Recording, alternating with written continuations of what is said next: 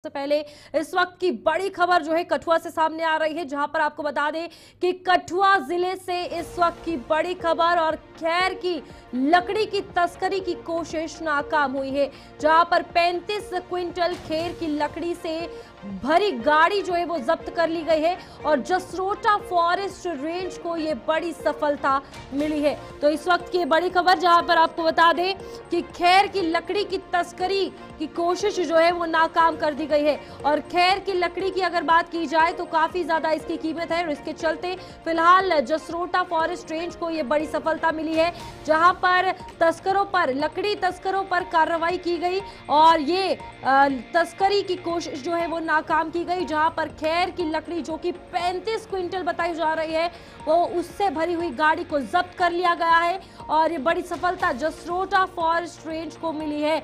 तो कठुआ से यहाँ पर आपको बता दें कि लकड़ी तस्करी की अगर बात की जाए तो बड़ी खबर उस हवाले से जहां पर तस्करों को और तस्करी से भरी गाड़ी जो है वो जब्त कर ली गई है और करीबन 35 क्विंटल ये खैर की लकड़ी जो है वो गाड़ी में भरी हुई थी और गाड़ी को फिलहाल जब्त कर लिया गया है और ये आगे भी कार्रवाई जो है इस तरीके की जारी रहेगी, ये फॉरेस्ट रेंज की तरफ से कहा गया है। तस्वीरें आपके सामने हैं जहां पर आप देखिए कि गाड़ी में खैर की लकड़ी जो है वो भरी हुई थी और इस बीच 35 क्विंटल खैर की लकड़ी जो है वो तस्करी करके उसे अलग जगह पर ले जाया जा रहा था, जहां पर जसरोटा फॉरेस्ट रेंज ने इसे पकड़ लिया है और फिलहाल ये बड़ी तस्करी पर पानी फेरती हुई कोशिश नाकाम करती हुई जसरोटा फॉरेस्ट रेंज नजर आई है। तस्वीरें आपकी स्क्रीन पर जहां पर आप देख सकते हैं गाड़ी जो है वो पूरी खैर की लकड़ी से लदी हुई है और इसे फिलहाल जब्त कर लिया गया है। चलिए हमारे साथ रंजीव मेहता हमारे संवाददाता इस खबर पर जुड़ चुके हैं। रंजीव बताइएगा क्या कुछ जानकारी है इस हवाले से, कितनी लकड़ी थी, क्या कुछ अब फॉरेस्ट रेंज की तरफ से कहा जा रहा है? देखिए रूपाली, ये एक खैर की लकड़ी, क्योंकि खैर जो है वो प्रतिबंधित लकड़ी की एक प्रारूप है, क्योंकि 3 दशकों तक तो पूर्ण रूप से प्रतिबंध रहा। उसके बाद माननीय सुप्रीम कोर्ट की गाइडलाइन के मुताबिक इसको चरणबद्ध तरीके से इसकी कटाई की परमिशन जो है वो दी जाती है, लेकिन उसके बावजूद इन दिनों में पूरी तरह से ये अभी बैन है, कोई भी इसकी कटाई जो है वो नहीं कर सकता है। इसके बावजूद जो खैर तस्कर हैं, खैर माफिया है, वह लोग धड़ल्ले से कंडी इलाके में या खासकर पहाड़ी इलाके से खैर की बड़े पैमाने पर जो है अवैध कटाई में लगे हुए हैं और जिसका मोटा मुनाफा कमाने की इस फिराक में रहते हैं। उसको लेकर आज उनकी एक कोशिश को वन विभाग की संयुक्त टीम, फॉरेस्ट प्रोटेक्शन फोर्स और वन विभाग के टेरिटोरियल के कर्मचारियों ने एक संयुक्त नाका लगाकर हीरानगर से के इलाके के हरियाचा के इलाके में जो कोट पुन्नू की फॉरेस्ट चौकी है उसके कर्मचारियों ने एक टाटा मोबाइल को रोका और वहां पर जब तलाशी ली तो उसमें से खैर की लकड़ी पाई गई। लेकिन उस दौरान जो गाड़ी का चालक था वह मौका पाकर वहां से फरार हो गया और पुलिस, उन फॉरेस्ट कर्मियों ने खुद ही गाड़ी को वहां से अपने कब्जे में लेकर इसको हीरानगर के जो जसरोटा फॉरेस्ट रेंज का हेडक्वार्टर है वहां पर लाया। और इसमें खास तौर पर ये देखा जा रहा है इतने मोटे मोटी खैर की लकड़ी है, ये हो सकता है अभी तक ये नहीं बताया जा रहा ये कहाँ से आई, कहाँ पर कटी। पिछले दिनों भी एक खबर आई थी जो वन इलाके से गुलिस्तान ने उसको गुलिस्तान न्यूज पर उसको प्रमुखता से चलाया गया था। वह भी लकड़ी वन संपदा थी, क्योंकि जंगलात की लकड़ी थी, जंगली इलाके से काटी गई थी, लेकिन इसका अभी तक कोई खुलासा विभाग की तरफ से नहीं किया गया है। यहाँ पर एक सवाल ये है कि खैर की लकड़ी की अगर बात की जाए, कुछ टाइम पहले जो है वो लोगों ने ये अपील की थी कि उन्हें जो है इसे काटने की इजाजत दी जाए, जो कि दी भी गई थी। उसके बावजूद अगर ये लकड़ी की तस्करी हो रही है, किन जगहों से हो रही है, क्या वो फॉरेस्ट रेंज के अंदर हो रही है, इन सभी की रेकी करना और इंफॉर्मेशन लेना बहुत ज्यादा जरूरी हो गया है।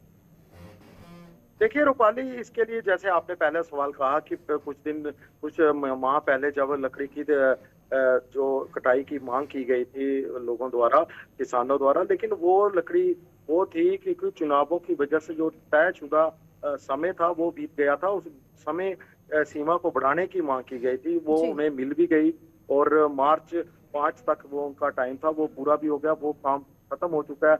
अब अगले साल के लिए निविदा जो लोगों से जो है वो एप्लीकेशन ली जा रही है किसानों से, उसके बाद में डिमार्केशन होगी। लेकिन इस खैर की लकड़ी की जो खेप है, लगातार कंडी इलाके की बात करूं तो रोजाना चोरी की खबरें आती हैं। कहीं ना कहीं फॉरेस्ट विभाग के लोग तो कोशिश कर रहे हैं, लेकिन उनके साथ साथ पुलिस का रोल भी सवालों के घेरे में है, जब खैर की लकड़ी की इतने बड़े पैमाने पर चोरी बिल्कुल। होती है।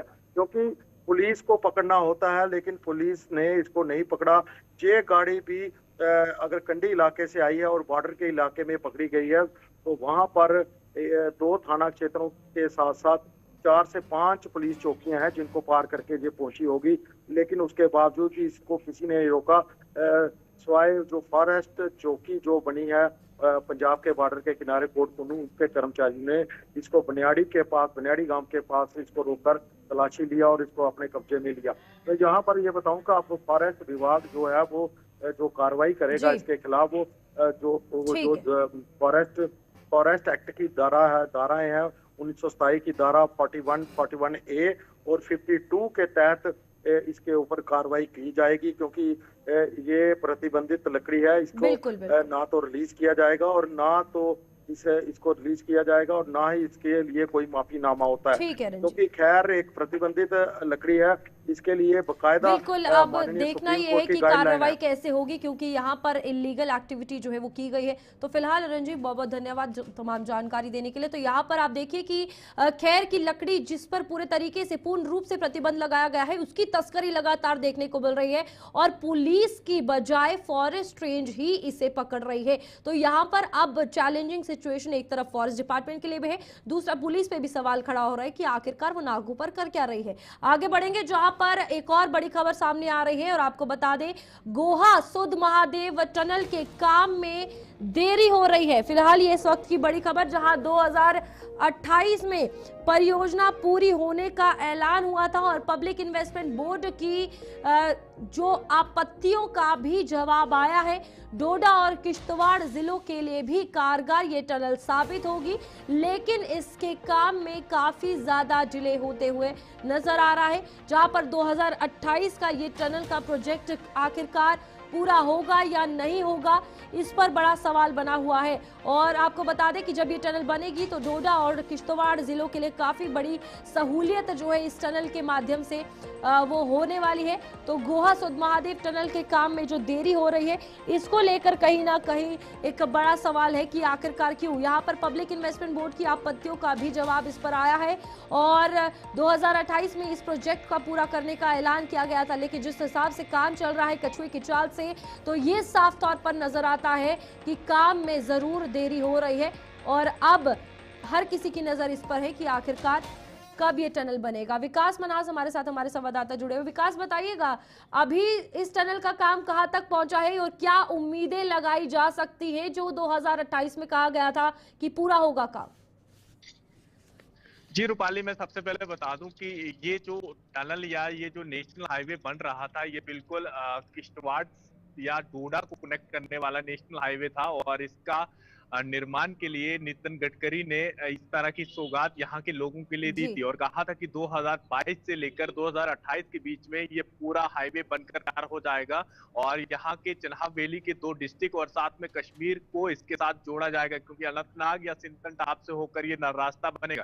फिलहाल उसके बाद खलेनी टनल का निर्माण यहाँ पर शुरू होता है और उसको कंप्लीट कर दिया जाता है, लेकिन कई हिस्से इसके आसपास ऐसे हैं जहां पर अभी भी जो हाईवे चलना चाहिए था, जहां पर फ्लाईओवर बनने चाहिए थे, वो तमाम जगहों पर देखने को मिल रहा है कि सिंकिंग हो रहा है। लेकिन बड़ा मामला जो अब सामने आया है कि पब्लिक इन्वेस्टमेंट बोर्ड ने आपत्ति लेटर जो है जारी किया है और कहा है कि आप क्यों जी। यहाँ से इस तरह से इतना इन्वेस्ट कर रहे हैं या फिर इस तरह का टनल का निर्माण कर रहे हैं जो यानी गोवा से सुध महादेव या बिल्कुल वहां के लिए बनना था और इसकी लंबाई 6 से 7 किलोमीटर की दूरी थी, लेकिन इसका कोई भी अभी तक डीपीआर बनकर तैयार नहीं हुआ है। कोई भी इस तरह से वहां के लोगों को पैसा तक मिल गया, तमाम चीजें, यानी हर चीज जो है डिले हो रही है। और उसके बाद नेशनल हाईवे अथॉरिटी ने इसका रिप्लाई दिया, यानी NHIDCL ने रिप्लाई दिया है कि यहाँ से एक तो दूरियां कम हो जाएंगी, साथ में यहाँ के लोगों को और ज्यादा बेनिफिट मिल जाएगा, क्योंकि बटोत से लेकर कलेनी तक जो ऑलरेडी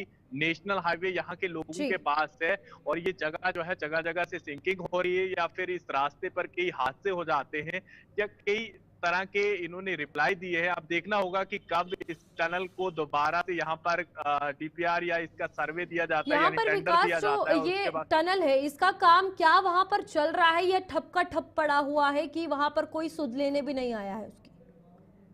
देखिए अभी तक कोई भी सुध लेने नहीं आया है, क्योंकि बिल्कुल बंद पड़ा हुआ है, और इस नेशनल हाईवे को बिल्कुल मरम्मत या गोवा तक इसको पहुंचाया गया है, जो जी। अब बाड़ी के आसपास से होकर बिल्कुल बुलंदपुर के नीचे से होकर निकलना था ये टनल, वहां से लेकर बिल्कुल जो गौरीकुंड सूद महादेव का एरिया है वहां तक ये टनल का निर्माण होना था, और दोनों तरफ से इसका काम शुरू होना था।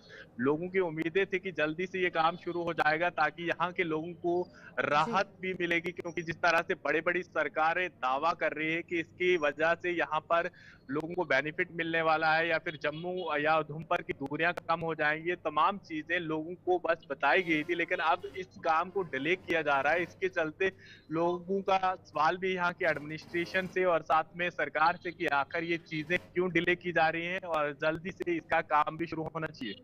विकास, यहाँ पर सवाल ये है कि प्रोजेक्ट्स लाए गए, इम्प्लीमेंट करना बहुत जरूरी था। आधे बीच विचाले में काम छोड़ना और 2028 में है 3 साल में, क्योंकि पहाड़ी क्षेत्र है वहाँ की अगर बात की जाए उसकी टोपोग्राफी के अकॉर्डिंग हर चीज जो है वो ध्यान से करनी पड़ेगी, तो इसमें वक्त लग सकता है। अब वहां पर कोई एडमिनिस्ट्रेशन का कोई शख्स नहीं है, कोई व्यक्ति वहां मौजूद नहीं है। यहाँ पर जब पब्लिक इन्वेस्टमेंट बोर्ड ने आपत्तियां जताई, क्या कोई जवाब उनकी तरफ से इस डिले को लेकर भी आया है या नहीं?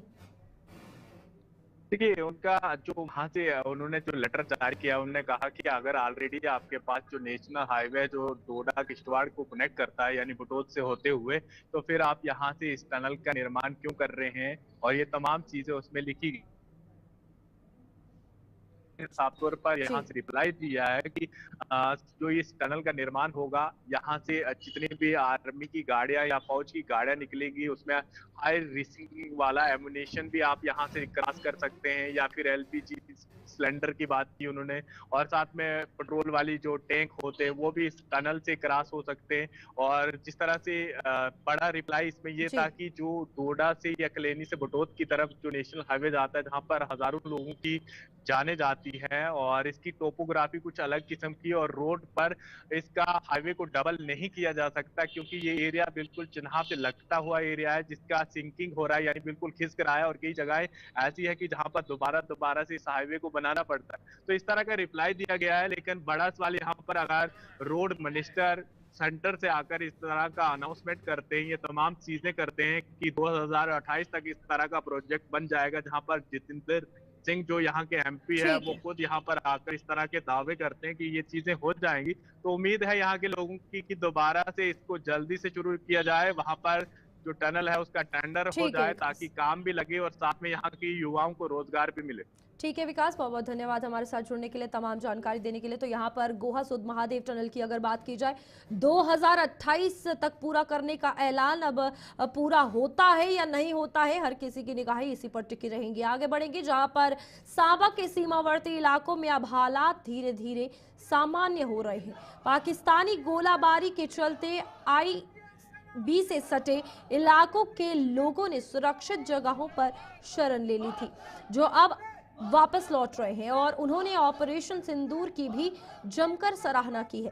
इन सीमावर्ती इलाकों के लोगों को और लोगों से सशस्त्र बलों की पीठ थपथपाने के साथ साथ उनका आभार जताया है, और साथ ही साथ सरकार के समक्ष भी कुछ मांगे रखी हैं, जिनमें अतिरिक्त बंकरों के निर्माण की मांग भी शामिल है। तो यहाँ पर आपको बता दें कि जो लगातार भारत और पाकिस्तान के बीच तनाव बना हुआ था और जम्मू कश्मीर में जो सिचुएशन देखने को मिल रही थी, तो तमाम जो IB से सटे इलाके हैं वहाँ के लोगों को सुरक्षित जगहों पर लेकर शिफ्ट किया गया था। और अब हालात जो है वो नॉर्मल हो रहे हैं, तो ये लोग वापस आ रहे हैं और जितने भी सुरक्षा बल है, सशस्त्र बल है, उन सभी का धन्यवाद करते हुए ये आम जनता आवाम नजर आ रही है। और इसी के साथ अब मांग सरकार से एक इनकी तरफ से की गई है कि बंकर जो है वो उनका निर्माण किया जाए, क्योंकि सिचुएशन जो है वो कॉन्फ्लिक्ट्स के बीच इतनी खराब हो जाती है कि लोकल्स कहीं ना कहीं उस चीज से काफी ज्यादा सफर करते हैं। और जो लोग आईबी से सटे इलाकों में रहते हैं या किसी भी सीमावर्ती इलाके में रहते हैं, एलओसी बॉर्डर की अगर बात की जाए, तो उनका कहीं ना कहीं सबसे मेन प्रायोरिटी यही है कि बंकर जो है उनके लिए बना दिए जाए।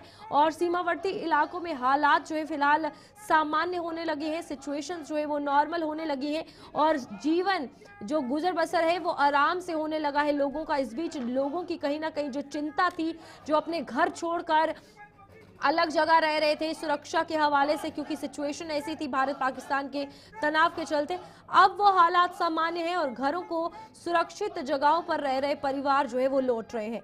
हमारे साथ ऋषि खजूरिया हमारे संवाददाता सांबा से जुड़ चुके हैं। ऋषि, बताइएगा इस वक्त आईबी का क्या कुछ हाल है? जो लोग अभी शिफ्ट हुए थे वो क्या वापस आ चुके हैं? क्या कुछ कहना है? आप लोगों से बातचीत भी करिएगा, बताइएगा। देखिए, बिल्कुल इस समय मैं अंतर्राष्ट्रीय सीमा के एक इलाके में मौजूद हूँ और यहाँ पर हालात जो वो काफी ज्यादा सामान्य हो चुके हैं। यहाँ जिस तरह से नॉर्मलसी लौटी है, जो हालात पिछले दिनों में बने थे सीज फायर के ऐलान के बाद, तमाम चीजें जो बदली नजर आ रही हैं। सीमाएं शांत हैं और बॉर्डर के लोग जो अपने अपने घरों की ओर जो रुख कर चुके हैं।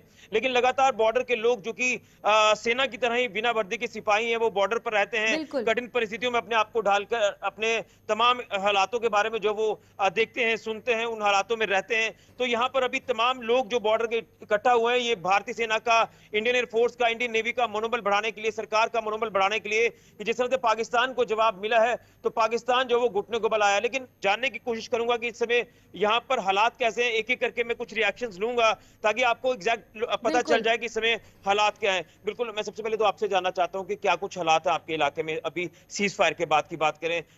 बंकर्स को लेकर भी आपने लगातार बात की है प्रशासन से, क्या कुछ ओवरऑल हालात हैं? इन शॉर्ट में आप तमाम चीजें बताने की कोशिश करें। थैंक यू ऋषि जी, आप हमें कवर करने आए। हालात जो इसकी वजह से, फायरिंग की वजह से कुछ लोग हमारे चले गए थे, जो एडमिनिस्ट्रेशन ने बसेस लगाई थी, तो यहाँ से उन्होंने शिफ्ट करना पड़ा था। एडमिनिस्ट्रेशन ने बोला था आप सेफ जोन में चले जाओ। तो अभी हालात सीज फायर होने के कारण अभी लोग धीरे धीरे वापिस आ रहे हैं, अपने रोजमर्रा की जो काम है वो वापिस कर रहे हैं। जिम्मेदार हैं, अभी हम लोगों ने गेहूं काटा है, अब गेहूं बेचना है। अभी नेक्स्ट अभी हमारी जो फसल है, अभी हमने धान की फसल लगानी है, उसके लिए लोग अपने बेड तैयार कर रहे हैं, पनीरी लगानी है हम लोगों ने, खेतों में फसलें लगानी है। तो लोगों के नॉर्मल हालात हैं, धीरे धीरे लोग अभी वापस आ रहे हैं। यानी हालात पूरी तरह से सामान्य हो रहे हैं? सामान्य हो रहे हैं, धीरे धीरे हालात पहले की तरह वापस आ रहे हैं। और रही बात इसकी, जो पाकिस्तान ने कायराना हरकत की है, तो मोदी जी ने उनको ठीक ठाक जवाब दिया, उनकी भाषा में सिखाया है। अभी तो मोदी जी ने ये भी बोल दिया है कि गोली मारोगे तो गोला मारेंगे, छेड़ोगे तो छोड़ेंगे नहीं। और हमारी गर्व है हमें अपनी भारतीय सेना पे, जिन्होंने मुंह तोड़ जवाब दिया है। और यशस्वी प्रधानमंत्री का शुक्रिया, जिन्होंने उनके हाथ खुले कर दिए कि आपको जो मर्जी आप कर सकते हो। बिल्कुल, आप बॉर्डर से ताल्लुक रखते हैं, क्या कहेंगे कि किस तरह से हालात देख पा रहे हैं? और महिलाओं के लिए काफी मुश्किल होती है जब ऐसे हालात बनते हैं, बच्चों को लेकर जाना सेफ जगह पर, माल मवेशी रहता है घर पे, किस तरह से अभी हालात देख रहे हैं और पहले के हालात के मुकाबले क्या कुछ आप अंतर देख पा रहे हैं? जी शुक्रिया ऋषि जी। जैसे आप बोल रहे हैं कि हम सभी महिलाएं बॉर्डर पे रहती हैं, तो बॉर्डर पे हम बहुत अच्छे से रह रहे थे। जैसे ये इन्होंने काराना अपनी हरकत की हुई है, हमारी यहाँ जो बहनें गई हुई थी वहां पे उनका नाम पूछ के, धर्म पूछ के जो काराना इन्होंने हरकत की है, उसका मोदी जी ने बहुत अच्छे से जवाब दिया है। और उस टाइम जैसे इन्होंने 6 की 7 को बोला था मोदी जी ने कि भी हम वो करेंगे कि ना शाम को, तो अपने अपने घरों में सेफ रहना। 6 की जब हम 7 को सुबह उठे तो बस यही न्यूज पढ़ रहे थे कि मोदी जी ने एयर स्ट्राइक कर दी है, और उनका कोई पता नहीं चलता है। सुबह उठ के ही पता चलता कि रातों रात मोदी जी क्या करते हैं। बंकर्स को लेकर क्या है? बंकर्स को लेके बहुत बड़ी बात है कि बंकर्स बॉर्डर पे नहीं है, इसके लिए हमें बंकर्स जो बने हैं इनकम्प्लीट है, और जो और रहते हैं उनको बनाया जाए। जिनके घरों में थोड़ी जगह है, 2-2 मकान है, छोटी गली है, बीच में है, उनका घर वैसे ही बंकर जैसा है। और जो उनका बंकर आंगन में नहीं बन सकता, उनको वही बंकर का पैसा उनकी छत के ऊपर मकान बनाया जाए। हालात अगर ऐसे बनते हैं तो उससे पहले ही अपने आप को बचा हैं, जो बड़े बड़े गांव में रहने, बीच में निकल के रोड पे आना बहुत मुश्किल है। एक एक मकान अगर ऊपर बना जाए वो ठीक है, दूसरा अगर नहीं बनाते हैं तो 5 मरले जगह पीछे दी जाए। रिएक्शन आखिर में लेंगे। चाचा जी क्या नाम है? हमारा नाम कुलवीर सिंह है। क्या कहेंगे अभी कैसे हालात है आपके इलाके के, किस तरह से कामकाज लोग कर रहे हैं, पहले के मुकाबले भी क्या हालातों में अंतर देख पा रहे हैं? अभी जनता धीरे धीरे वापस लौट रही है, लेकिन मैक्सिमम जनता अभी भी बाहर है। हमारे खेती का कामकाज अभी शुरू होने वाला है, तो खेती का कामकाज कर रहे हैं। हमने पहले भी सरकार से मांग की थी कि हम लोग जो बॉर्डर पे रहते हैं इनको 5-5 मरले जमीन पीछे दिया जाए, लेकिन हमारी वो मांग अभी तक जो अधूरी है। हम नरेंद्र भाई मोदी से जो रिक्वेस्ट करते हैं कि बॉर्डर के लोग जो हमारे बॉर्डर पे रहते हैं इनको बार बार जो है प्रॉब्लम आती है, इनको 5-5 मरले जमीन जो पीछे दिया जाए। आपकी बिल्कुल। तो यहाँ पर आपने देखा कि बॉर्डर को लेकर जो हालात है वो हालात काफी ज्यादा पहले के मुकाबले सामान्य हुए हैं और लगातार यहाँ के लोग अपने काम काज करते नजर आ रहे हैं। लेकिन बंकर्स को लेकर एक डिमांड जो वो यहाँ पुरजोर तरीके से उठाई जा रही है कि बंकर जो इनकम्प्लीट है उन्हें पूरा किया जाए, और यहाँ पर अभी नहीं बने हैं बंकर्स, वहां पर भी बंकर का निर्माण कार्य शुरू किया जाए, जिसके चलते प्रशासन के साथ भी गुहार लगाई जा रही है, केंद्र सरकार के साथ भी गुहार लगाई जा रही है। क्योंकि बॉर्डर के लोग, जैसे मैंने कहा, ये भी प्रहरी हैं, बिना वर्दी के अपने इलाकों की रक्षा करते हैं, सेना का साथ देते हैं। लेकिन सेना का लगातार मनोबल बढ़ाया जा रहा है कि किस तरह से भारत ने जो है वो पाकिस्तान के अंदर घुसकर पाकिस्तान को मुंह तोड़ जवाब दिया है। जिस तरह से आतंकी हमले का बदला लिया है, एयर स्ट्राइक पाकिस्तान के ऊपर की है, तो पाकिस्तान अब घुटनों के बल आ चुका है, जिसके चलते बाद में सीज फायर हुआ। लेकिन पाकिस्तान के ऊपर यकीन करना बिल्कुल भी ठीक नहीं होगा, क्योंकि पाकिस्तान लगातार इस तरह की कराना हरकतें लगातार करता है। ये बॉर्डर के हालात हैं आपके सामने कि लोग आज खुश हैं और आज इकट्ठा होकर यहाँ पर भारतीय सेना का मनोबल बढ़ा रहे हैं और उनके साथ लगातार कंधे से कंधा मिलाकर आगे चल रहे हैं। बिल्कुल ऋषि, बहुत बहुत धन्यवाद हमारे साथ जुड़ने के लिए। तो यहाँ पर आपने देखा कि बॉर्डर के हालात अब सामान्य होने लगे हैं, यानी सिचुएशन नॉर्मल होने लगी है। लेकिन लोगों की यही डिमांड है कि बंकर जो है वो बनाए जाए ताकि वो अपनी सेफ्टी का ध्यान रख सके, और अगर ऐसी सिचुएशन इन फ्यूचर बनती है तो वो पहले से इस चीज को लेकर अलर्ट रहे और बंकर का सहारा ले सके। आगे बढ़ेंगे, जहां पर भारत द्वारा पाकिस्तान को चारों खाने चित कर उसे घुटनों के बल ला खड़ा करने के लिए देश भर में जश्न का माहौल देखा जा रहा है। भारतीय जनता पार्टी ऑपरेशन सिंदूर के तहत भारत द्वारा अब तक पाकिस्तान को सिखाए गए सबक की जानकारी लोगों को तिरंगा यात्राओं के माध्यम से दे रही है। इसी कड़ी में भाजपा ने आज उधमपुर में तिरंगा यात्रा निकाली और ऑपरेशन सिंदूर को सफलतापूर्वक अंजाम देने के लिए प्रधानमंत्री नरेंद्र मोदी और सशस्त्र बलों को सलाम किया। तिरंगा यात्रा का आयोजन विधायक विक्रम रंधावा की अध्यक्षता में किया गया था, जिसमें पार्टी के कई अन्य वरिष्ठ नेताओं और कार्यकर्ताओं के साथ साथ आम लोगों ने भाग लिया। 2 दिनों से लगातार कश्मीर से लेकर कन्याकुमारी तक कश्मीर का लाल चौक भी जो है वो तिरंगा में ही चौक बन चुका है, और एक बेहतरीन जो जज्बा जो है पूरे देश के अंदर एक नई ऊर्जा का उत्पन्न हुआ है कि हमने अपनी देश की सेना के साथ कंधे से कंधा मिला के खड़े रहना है। देश की सरकार का उत्साह बढ़ाना है कि इस देश की सरकार ने, नरेंद्र मोदी जी के नेतृत्व में भारतीय फौजियों ने, भारतीय सेना ने पाकिस्तान को 4 दिनों के अंदर घुटनों पे लाया है और उसको हाशिए पे लाया है, उसको उसकी औकात दिखाई है। किसी तरीके की गिद्दड़ बगी से भारतीय सेना, भारतीय सरकार डरने वाली नहीं है, और ये संकेत है आज भारतीय हर नागरिक सड़कों पे उतर रहा है, अपने घरों पे तिरंगा लगा रहा है कि इस तिरंगे की आन बान और शान को हमने बरकरार रखना है। जिस तरीके से हमारे फौजियों ने पाकिस्तान को पाकिस्तान में घुस के मारा है, देश के अंदर भी, जम्मू कश्मीर में भी कोई पाकिस्तान का समर्थक अभी भी अगर कोई सोच पालता हो, उसको भी उसकी औकात जो है ऐसे ही दिखाने की जरूरत। इस तरह से हमारी सेनाओं ने बॉर्डर पे पराक्रम दिखाया है। हमारे आतंकवाद को जो स्पॉन्सर किया हुआ पाकिस्तान ने, उनके द्वारा प्रायोजित ये आतंकवाद के खिलाफ जो कार्रवाई की है, पाकिस्तान को मुंह तोड़ सबक सिखाया है, उसके लिए पूरा देश कृतज्ञ है, अपने सिपाहियों का कृतज्ञ है। उसी के लिए आज पूरा उधमपुर से आपने देखा है जिस तरह से जन सैलाब उमड़ा है।